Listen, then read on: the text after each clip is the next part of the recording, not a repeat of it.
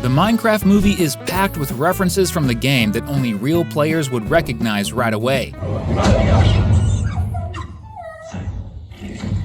Do you know the game well enough to catch all these details from the start? Dogs may be man's best friend in real life, but in Minecraft, that role goes to the wolf. In the movie, Steve offers a bone to an aggressive wolf, and the animal instantly becomes his buddy. He even names him Dennis. This mechanic comes straight from the game and works exactly the same. If you feed a wolf a bone, there's a chance it'll become your companion. The only difference is that in the movie, it works every single time. In the game, the wolf might refuse to join you, and it's normal for players to burn through several bones before successfully taming one. Pretty awesome, right? And this is just the first of 16 Easter eggs only true Minecraft players caught in the movie. So get comfy, Cinewave is starting now! There's another wolf-related mechanic that shows up in the movie. When Dawn finds Dennis, she discovers he can track down Steve from any distance. That's a lot like how in the game wolves can teleport to their owners when left behind. That doesn't happen in the movie, but Dennis's ability to track Steve feels like a clever adaptation of that feature. When a piglin army invades the village, you can hear a bell ringing, and only gamers know exactly why. In Minecraft, every village has a bell, and when it's rung, all the villagers freak out and run into their homes. It's a way to alert them that the village is under attack by monsters or raiders. Since the village is under siege by piglins in the movie, it makes total sense that a villager would ring the bell. Here's an interesting twist. Creepers in the movie aren't nearly as dangerous as they are in the game, where they stalk you and blow up before you even know what hit you. In the movie, they only explode if provoked first. But longtime Minecraft fans notice something deeper. This might be a callback to an old version of the game where creepers originally exploded after being killed by the player.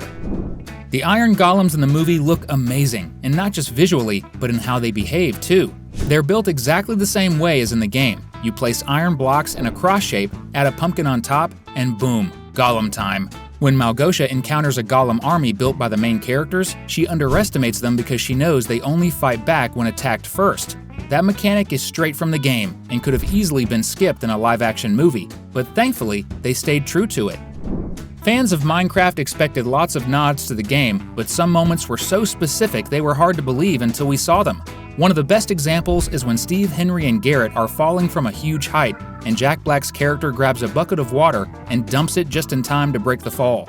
To most people, it's just a cool moment, but to players, it's a reference to an MLG movie, when a Minecraft player jumps from a high place and drops water at the last second to avoid fall damage. If you thought that was an awesome detail too, drop a #Steve in the comments.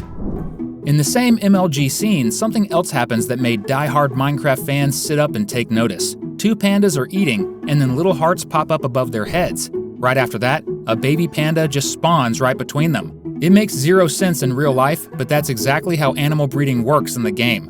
When two animals of the same species eat next to each other, a fully formed baby just pops out. It's wild that the movie had the guts to include this mechanic so faithfully in live action. Breeding isn't the only bizarre Minecraft mechanic that was brought into the movie in a literal way, and that becomes obvious right at the beginning when Steve is narrating his experience in the overworld. One of the movie's craziest decisions was making day and night cycles last only 20 minutes. Steve himself says it, and as you might have guessed, that's the exact same amount of time it takes for night to fall in the game. Sure, faster time cycles are common in video games, but who expected them to actually carry that over to a film? One of the funniest scenes in the movie has to be Garrett fighting a baby zombie riding a chicken. Well, fighting might be generous, it's more like getting his butt kicked. Still, we can't really blame Garrett for getting wrecked by that tiny zombie. Every player could relate to Jason Momoa's character in that moment, since baby zombies are insanely dangerous, and when they're riding chickens, they're practically unbeatable. That's why Steve looked so alarmed when the little guy showed up, and why he later warned everyone that baby zombies are super sneaky. You could tell he'd been there and taken that beating before. When the first trailers for Minecraft the movie dropped, some fans complained that the film wasn't being true to the game for one simple reason: piglins could survive in the overworld. Those folks were quickly proven wrong because the movie actually did stay faithful to that rule. In the film, piglins can only survive in the overworld after eating nether fungus, and even then, only for a limited time. Otherwise, they turn into zombified piglins. That's exactly how it works in the game too. The only real difference is that nether fungus can't actually be used that way in the main Minecraft game, but in Minecraft Legends, piglins do rely on it to make their way into the overworld.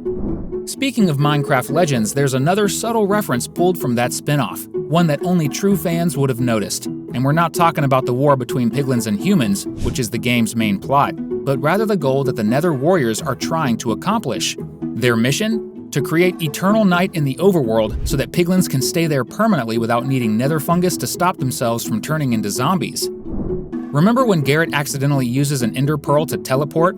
Steve was totally justified in getting mad that he wasted such a rare item, especially since Garrett only had one. If you're a Minecraft player, you probably felt Steve's pain. After all, the only way to get an ender pearl is by defeating an enderman, and even then, you've only got a 50% chance it'll actually drop one. In other words, it's not the kind of thing you find growing on trees. And hey, our videos don't grow on trees either, so if you like this one, hit that subscribe button to help us out and catch all our daily uploads. Another really awesome moment in the movie is when Steve shows up to save the other main characters, totally wrecking a bunch of zombies like it's the easiest thing in the world. Because, well, he's a veteran in the overworld who takes down monsters like it's child's play. One clear sign that Steve knows exactly what he's doing in combat is when he lands a hit on a zombie while jumping down on it. That's very likely a reference to the critical hit mechanic in Minecraft. When you strike while falling, the hit counts as a critical, which means it deals more damage than normal. But the opposite can happen too, and we saw that during the fight between Henry and an Enderman.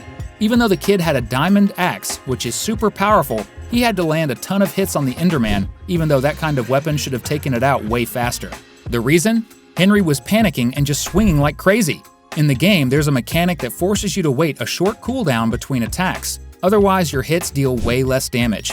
That's exactly what happened in this fight, and it makes total sense, since Henry doesn't have Steve's experience. Good thing he still made it out alive, right? Another scene where the heroes barely made it out alive was when the Great Hog came after them. They had to hop into a minecart and ride the rails. For the carts to move, they had to activate a Redstone Circuit, and that's exactly what the characters do. But halfway through the ride, the cart suddenly stops because it didn't have enough momentum to reach the next section with redstone power. And that's another painfully relatable moment for players, because anyone who's played Minecraft knows the struggle of getting stuck mid-track and having to get out to push the cart just far enough to hit the powered rails.